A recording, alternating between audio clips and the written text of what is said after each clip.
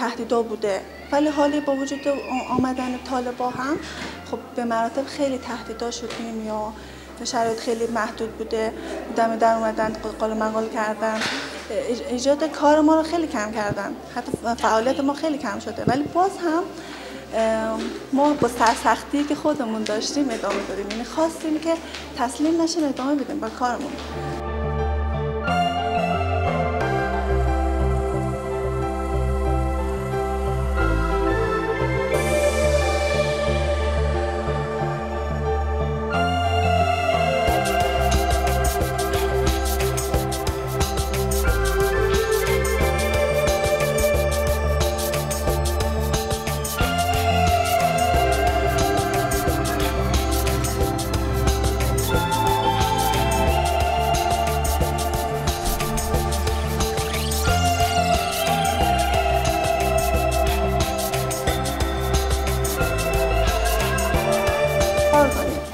این چیزی است که به جرات میتونم بگم که کسایی که دارن تو سالن دارن کار میکنن